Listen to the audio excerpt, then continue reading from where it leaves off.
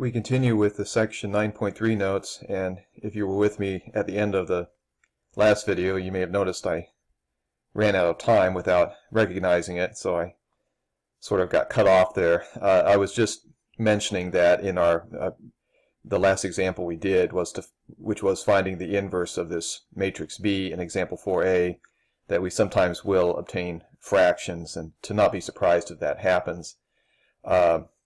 So I think I had said everything I needed to say about that. Let's move on then to part B of example 4. We have the matrix C equals 4, 2, 2, 1. All right, well, we need the determinant of C.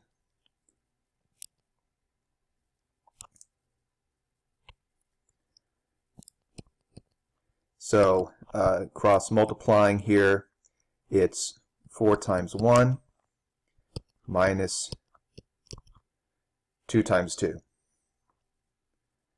Well, obviously 4 minus 4 is 0. If the determinant is 0, there's nothing else to do other than to conclude that it's not possible to find the inverse of this matrix. So we could say C inverse does not exist. We can only find the inverse of a square matrix if it has a non-zero determinant.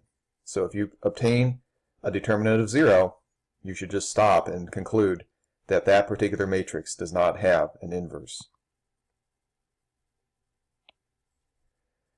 Now, if we're dealing with larger square matrices beyond the 2 by 2 case, the process of finding the inverse is more involved.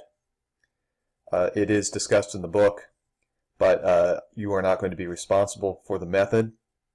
I will tell you that just as was the case with finding the determinant, you can use a standard graphing calculator to find the inverse of a larger matrix of order 3 and higher. So just keep that in mind. However, we can still work with larger matrices just to discuss further the role of the inverse matrix. So just to do that, let's show that two 3 by 3 matrices are inverses of each other by computing their product. So here the proposed inverse of matrix A is given, and we want to just prove that they are inverses. And the way we would prove that is by multiplying them together. So we would do A times A inverse. And to do the multiplication, you want to write the matrices side by side.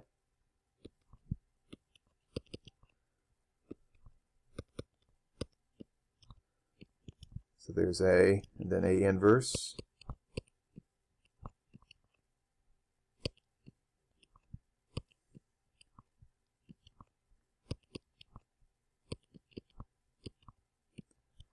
All right. Each of these is a 3 by 3 matrix, so the product will be 3 by 3. That means there are a total of 9 entries that we'll need to find. So I will put in 9 blanks, 3 rows, and 3 columns.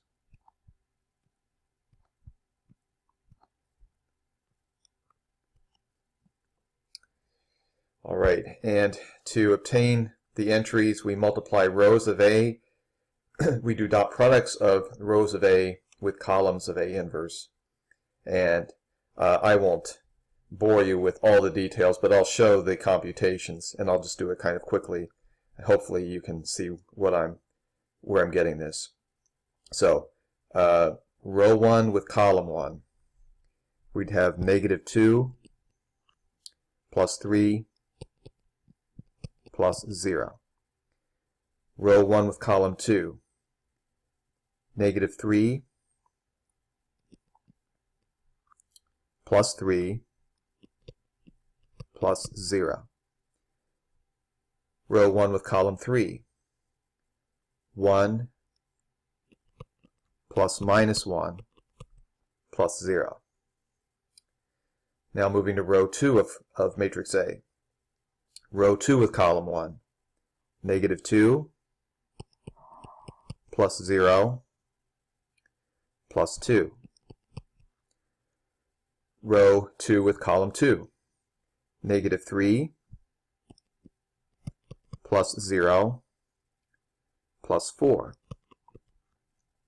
And row 2 with column 3. 1 plus 0 plus -1. Then moving to row 3.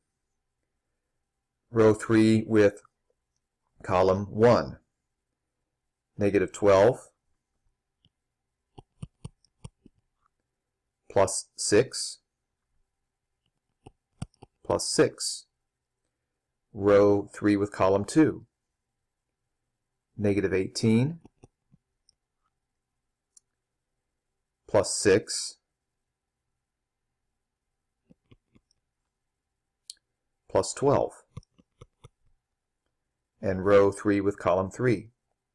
6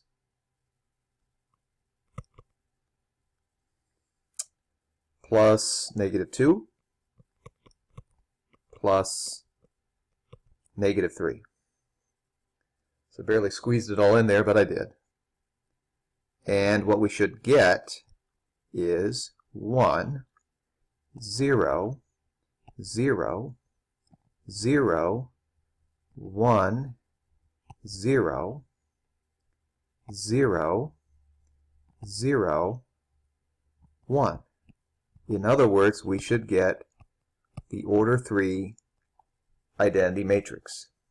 So if these two matrices are inverses, their product should be the identity matrix of the same order, and that's exactly what we obtained. So to verify that two matrices are inverses, multiply them together and show that you get the identity matrix. We will now show how inverse matrices are related to solving systems of linear equations. Recall from section 9.2 that a system of linear equations can be represented as the matrix equation AX equals B, where A is the coefficient matrix and X and B are column matrices. X in particular is the column of the variables involved in the system of equations. Here is the result that we'll be using. Unique solutions of linear systems. Given a linear system in matrix form AX equals B, where A is a square matrix with non-zero determinant, the system has a unique solution. That is, it has exactly one solution. And that is given by the matrix equation X equals A inverse times B. That is, if you want to find the unique solution of this linear system, multiply the inverse of the coefficient matrix by the column matrix B, and that will tell you what the values of the variables are for that particular system of equations.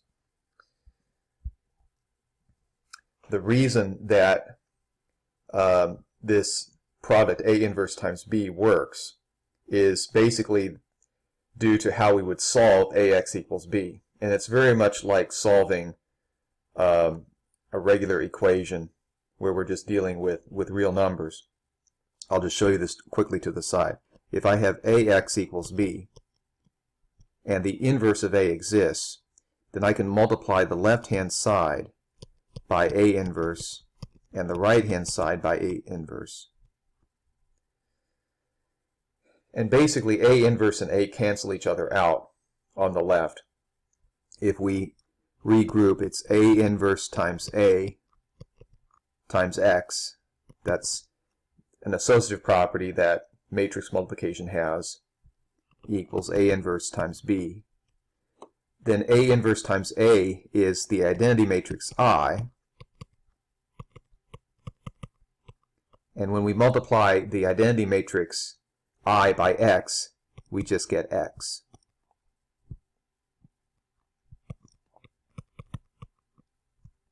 So we get the result that's shown above, X equals A inverse B. Let's look at example 6, part A, and show how this method would be used with a simple linear system of equations. Keep in mind that this is not the best method to use for this system. This is just to demonstrate how the method works with a simple example. So what we need to do is identify the coefficient matrix for the system using the coefficients on the right hand side, two of which are 1, 2, 1, 1, negative 2. The matrix capital X is the column consisting of the variables x and y, and the matrix labeled as capital B consists of the constants to the right of the equal sign in the system, 5 and 10. This is what we talked about in the previous section. So this system of equations is equivalent to AX equals B if we define A, X, and B as shown.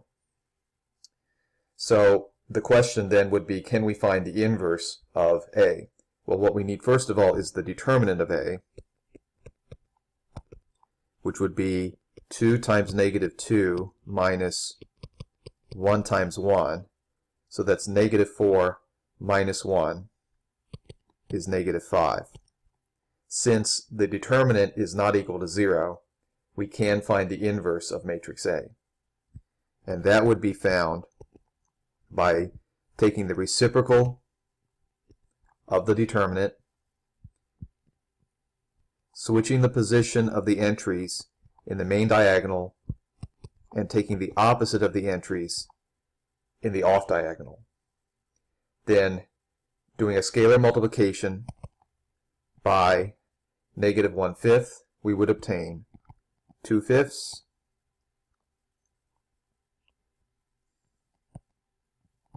1/5, 1/5, negative 2/5. Now, since you can write all of these as in nice decimal form, you might prefer to write it that way. That is 0.4, 0.2, 0.2, negative 0.4. Having found the inverse of A, we would now use the result x equals A inverse B from above to solve for x. So x would be A inverse times B. So A inverse, let's use the decimal form, 0.4, 0.2, 0.2,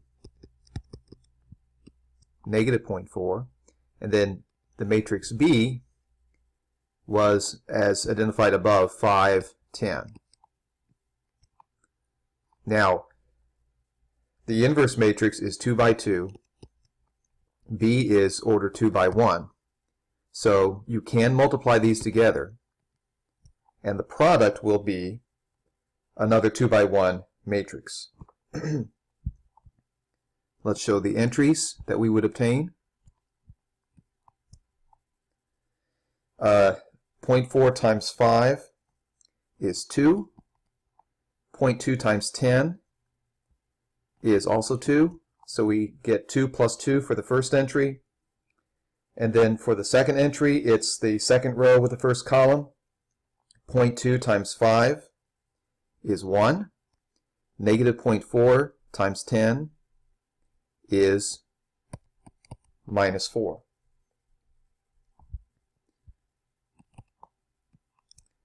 Then simplifying, we have 4 and negative 3. Well, that represents x, y. It follows by the definition of matrix equality that x should equal 4 and y should equal negative 3. Well, that is indeed the solution of the system of equations, which you can certainly check by directly substituting back into the system. We'll continue with example 6b in the next video.